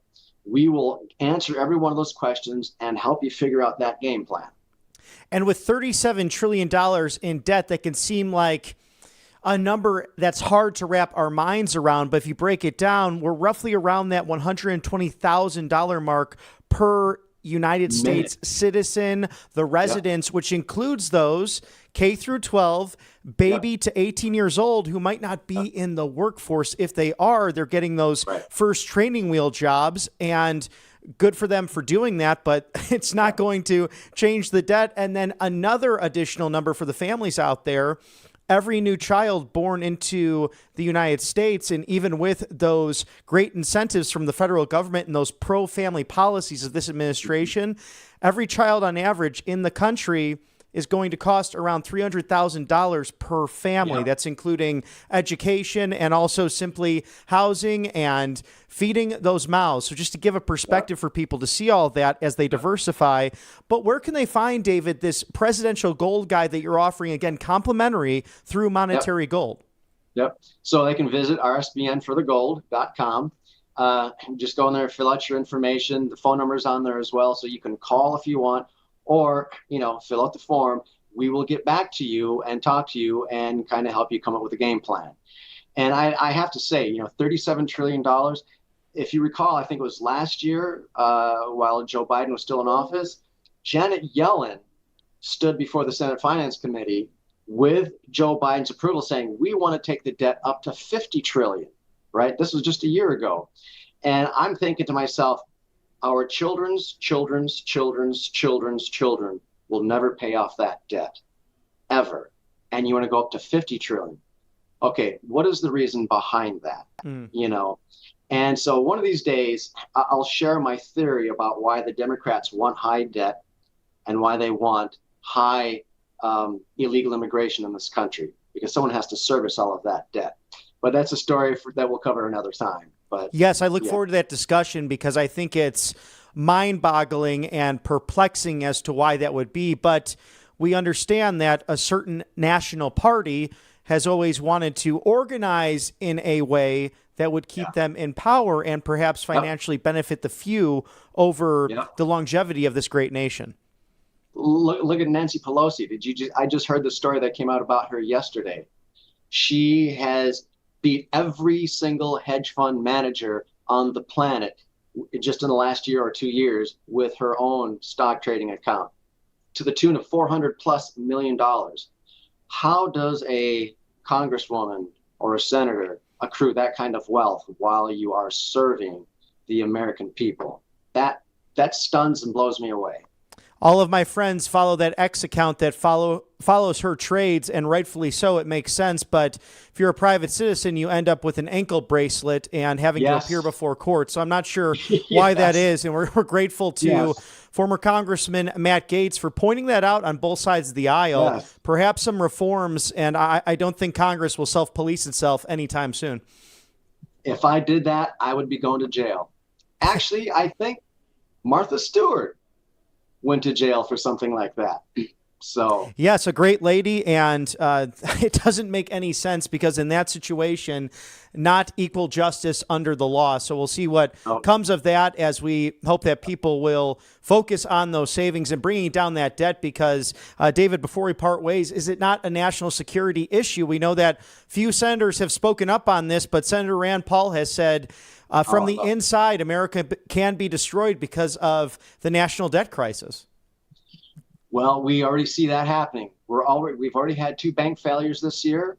I think there was a total of 7 or 8 under Joe Biden, and that $700 trillion debt, that weight, is starting to crumble. It's starting to push down. It's starting to make things falter. So you see, you've got this building that's standing erect, but all of a sudden, all this extra weight that's not meant to be there, and all of a sudden, it starts to tumble. And when it finally falls, everything falls. Robert Kiyosaki talks about the everything bubble. He says, at some point, this debt is going to cause everything to crash. The stock markets, the banks, the economy, everything is going to crash. And at that point, there's only one person who's going to be able to buy and sell those who actually have some precious metals. Right now, there are 14 states that have enacted laws that allow gold and silver to be legal tender. And there's another, I think, 13 that currently have pending legislation to allow gold and silver to be legal tender in those states. And I think that's a great way to fight back against all of this debt. So if the debt collapses and everything else collapses, those who have gold and silver can still buy and sell because they still have some money.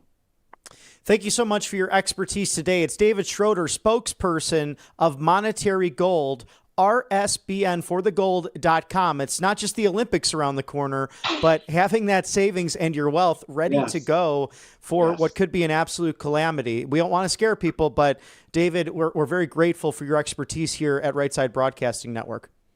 Thank you. Look forward to talking to you again.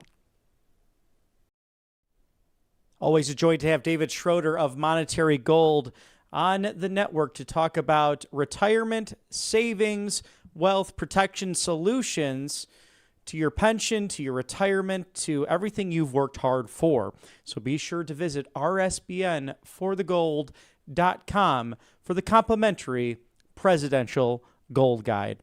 As we wrap up today's broadcast this afternoon, it is almost 5 o'clock somewhere, and that is on the East Coast in Washington, D.C., the federal city, now safer than ever before thanks to the leadership of President Trump, the National Guard, and his team around him working in conjunction with the municipality, where we might just see that in Memphis, Tennessee, down to New Orleans, Louisiana, up to Chicago, Illinois, and Democrat-run cities that have had so much violence in the last several years, and in some cases, decades.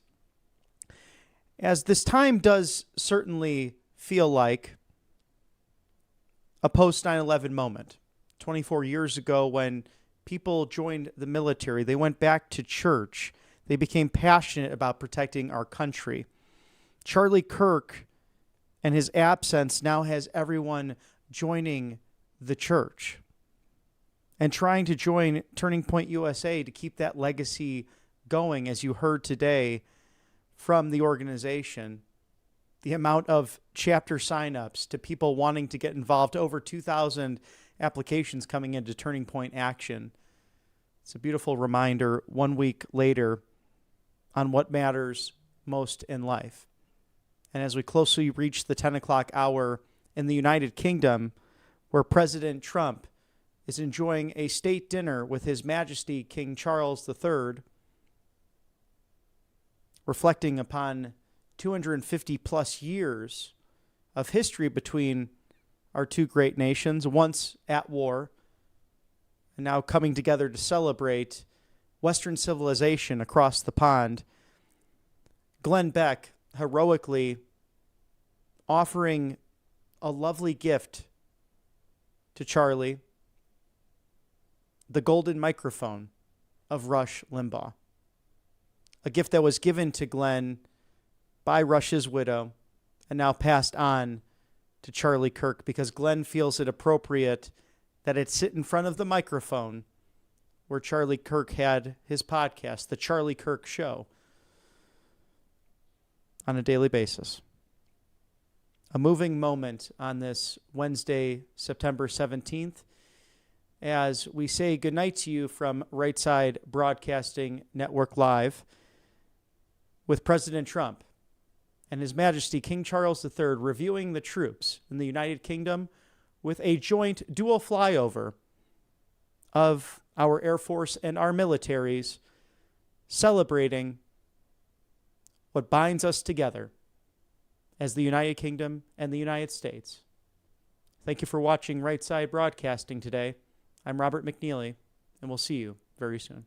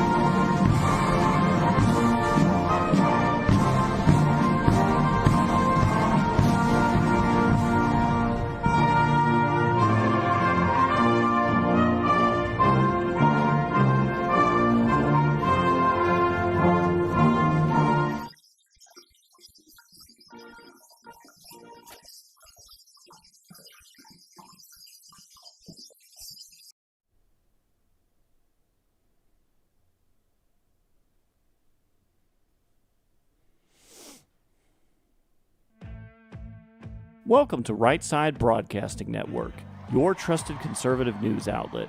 At RSBN, we deliver the truth when the mainstream media falls short.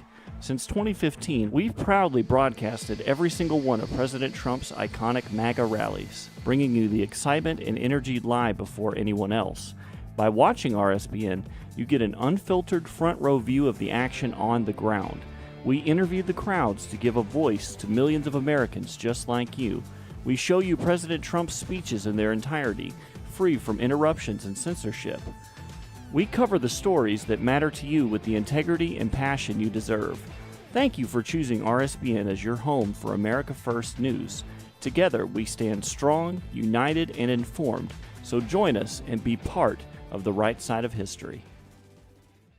Tired of being told no by your doctor, your pharmacy, or worse, your insurance company? You're not alone. Millions of Americans are waking up to a broken healthcare system. That's why more and more people are turning to All Family Pharmacy. We believe in medical freedom. We deliver the prescription and the medication, all from licensed U.S. doctors and pharmacists, from ivermectin and trusted antibiotics to maintenance medications, even NAD+, the revolutionary anti-aging supplement. Use code RSBN10 at checkout for 10% off.